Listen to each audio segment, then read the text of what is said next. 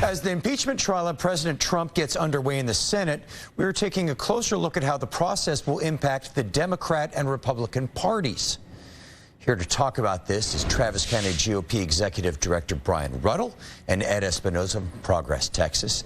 Ed, do you expect the Democrats or Republicans to gain favor with voters over this trial? You know, it really depends on what facts are revealed during the trial, if there are witnesses that come forward and what they have to say, how closely the American public watches this. You know, this has been an impeachment that's taken place in the midst of so many other controversies happening during this administration.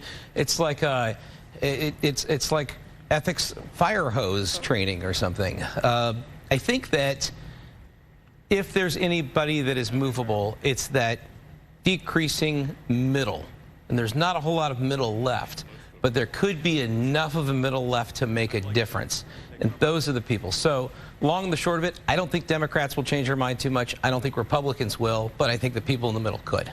You know, Brian Ruddle, there has been talk that there is a small group of Republican senators that are looking at re-election, and that this impeachment is going to have a big effect on them and may, in fact, be targeting them. What are your thoughts on that? Well, first of all, the battleground map for the United States Senate, it was never going to be in Republicans' favor. We're defending a lot more seats than the Democrats are this election cycle. So obviously that tilts the math in the Democrats' favor initially. I will say this, though. I think that Republicans, as they look to vote on whether to allow witnesses or not, they should remember Nancy Pelosi had an opportunity to do this. They sent over essentially incomplete homework and are asking the Republicans to do it for them.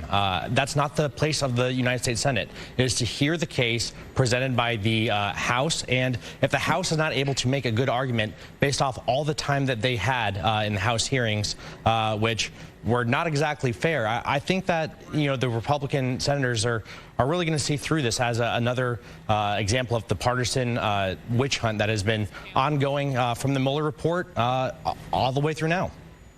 Ed Espinoza, what about the Democratic presidential candidates who are in the Senate? How's this going to impact them?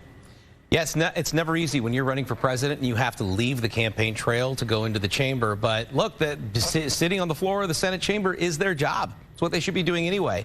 These candidates may take a minor bump, but most of this impeachment trial in the Senate will happen before the Iowa caucuses in early February. And one thing that's important about a caucus state is there's no early vote period for people to lose opportunities.